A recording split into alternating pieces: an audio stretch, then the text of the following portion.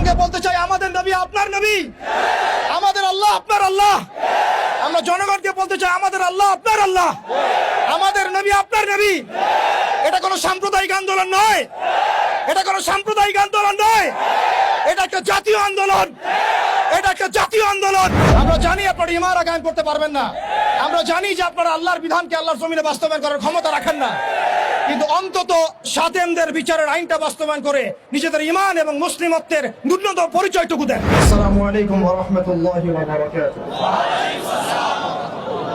সম্মানিত তাওহীদের জনতা, কেমন আছেন?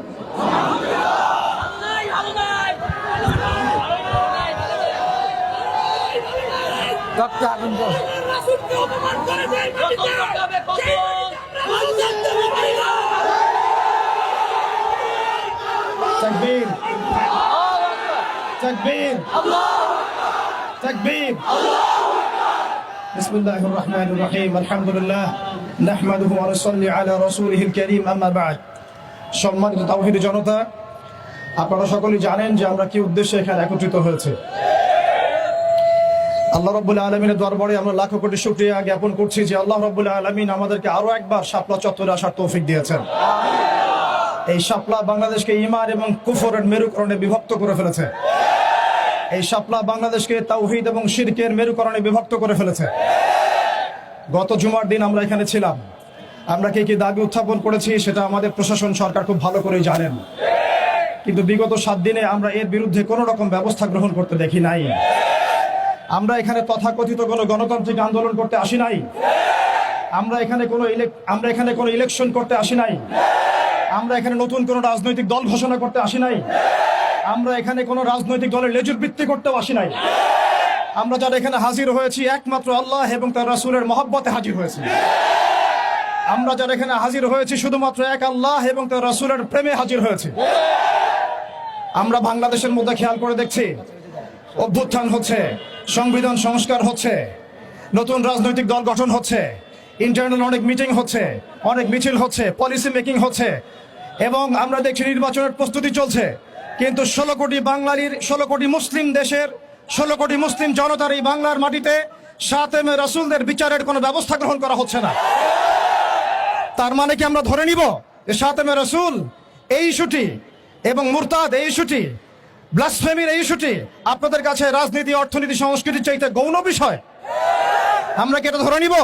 রাসূলুল্লাহ সাল্লাল্লাহু আলাইহি ওয়াসাল্লামের শানের খেলাফ কথা বলা, তার বিরুদ্ধে বক্তব্য দেয়া, লিখনি স্থাপন করা এবং তার বিরুদ্ধে অবস্থান নেয়া, এটা আপনাদের রাজনীতি, অর্থনীতি, শিক্ষা, সংস্কৃতির চেয়ে বেশি গুরুত্বপূর্ণ?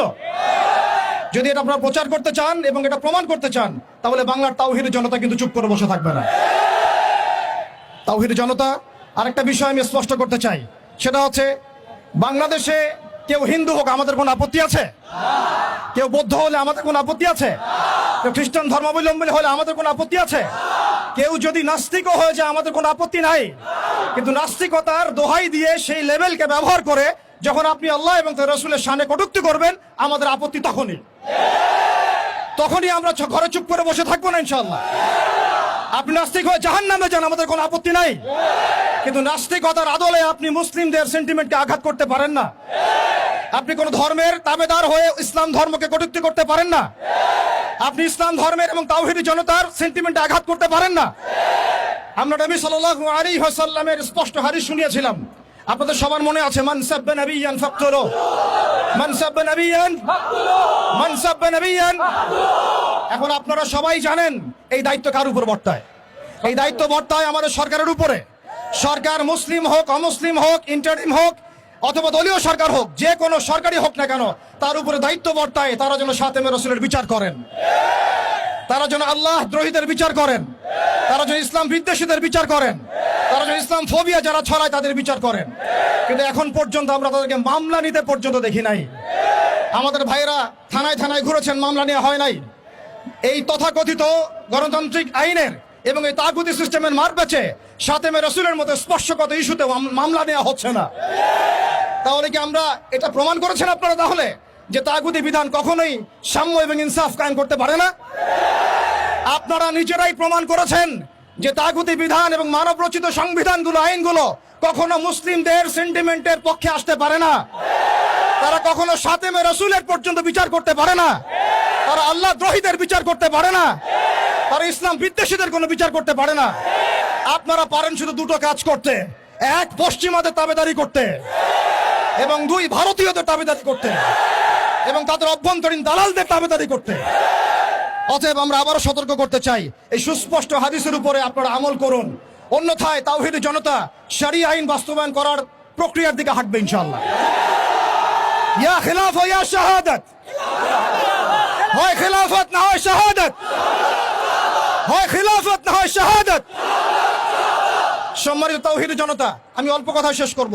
আমরা এই তাগুতি সিস্টেমের কাছে কোন রকমের আবদার করতে এখানে আসি নাই। আমরা তাগুতি সিস্টেমের কাছে আবদার করতে আসি নাই, বরং আমরা অধিকার পেশ করতে এসেছি। এটা আমাদের কোনো দাবি না, বরং মৌলিক অধিকার। আমরা আমাদের মৌলিক অধিকার পেশ করতে এসেছি। প্রিয় তাওহীদি জনতা,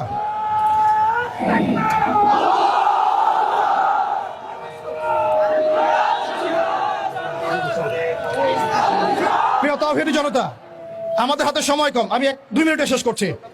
আমরা এখানে বিগত জুমায় রাখাল রাহা এবং তার দোষকদের ব্যাপারে ব্যবস্থা নেওয়ার জন্য এখানে এসেছিলাম, এই দাবি উত্থাপন করার জন্য এসেছিলাম, কিন্তু আমরা এর কোনো বাস্তব প্রতিফলন দেখি নাই। আজকে আমরা আরো বড় পরিসরে দাবি দেওয়া পেশ করব, বরং এটা আমাদের অধিকার। সেটা হচ্ছে শুধু রাখাল রাহা নয়, বরং যত প্রকার সাতেমে রাসূল আছে, যত প্রকার আল্লাহ দ্রোহী আছে, ইসলাম বিদ্বেষী আছে, প্রশাসনের মধ্যে হোক, আমলাতন্ত্রের মধ্যে হোক, এমপি মন্ত্রীর মধ্যে হোক, জনগণের মধ্যে হোক, ব্লগারদের মধ্যে হোক, যে কোনো শ্রেণী পেশার মধ্যে হোক না কেন, তাদের সবার বিচার বাংলার মাটিতে করতে হবে। এখানে আমরা শুধু একজন রাখাল রাহার বিপক্ষে কথা বলতে আসি নাই, আমরা রাখাল রাহার যত রকম দোষর আছে, তাবেদার আছে, সবার বিরুদ্ধে আমাদের অবস্থান স্পষ্ট করতে এসেছি। দ্বিতীয় কথা হচ্ছে, এই সিস্টেম প্রণয়ন করতে হবে এমন ভাবে যাতে আন্তর্জাতিক বিচার ব্যবস্থাকে পর্যালোচনা করে এমন একটা ব্লাসফেমি আইন বাংলাদেশে প্রণয়ন করা হয়, যাতে এই বিষয়গুলোর বিচার তো হয়, ইন ফিউচার ভবিষ্যতে বাংলাদেশের মাটিতে কেউ আল্লাহ এবং তার রাসূলকে কটূক্তি করার সাহস না পায়। এমন একটা আইন আমরা প্রণয়ন করতে চাই আপনাদের মাধ্যমে, এবং এমন একটা আইন প্রণয়নের দাবি করতে চাই আপনাদের কাছে, যে আইনের মধ্য দিয়ে আগামীর বাংলাদেশে কোন প্রজন্ম গড়ে উঠবে না যারা আল্লাহ এবং তার রাসূলকে গালিগালাজ করে। আমরা জানি আপনারা শরিয়া কায়েম করতে পারবেন না, আমরা জানি আপনারা ইমারা কায়েম করতে পারবেন না, আমরা জানি যে আপনারা আল্লাহর বিধানকে আল্লাহর জমিনে বাস্তবায়ন করার ক্ষমতা রাখেন না, কিন্তু অন্তত সাতেমদের বিচারের আইনটা বাস্তবায়ন করে নিজেদের ঈমান এবং মুসলিমত্বের ন্যূনতম পরিচয়টুকু দেন। নিজেদের ঈমান এবং মুসলিমত্বের ন্যূনতম পরিচয়টুকু আপনারা প্রদান করেন।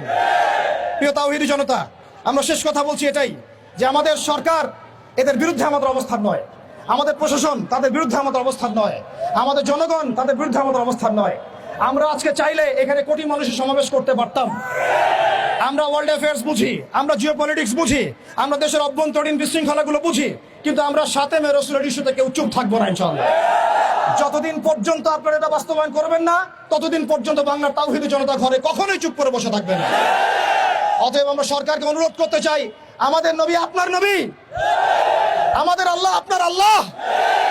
প্রশাসনকে বলতে চাই, আমাদের নবী আপনার নবী, আমাদের আল্লাহ আপনার আল্লাহ। আমরা জনগণকে বলতে চাই, আমাদের আল্লাহ আপনার আল্লাহ, আমাদের নবী আপনার নবী।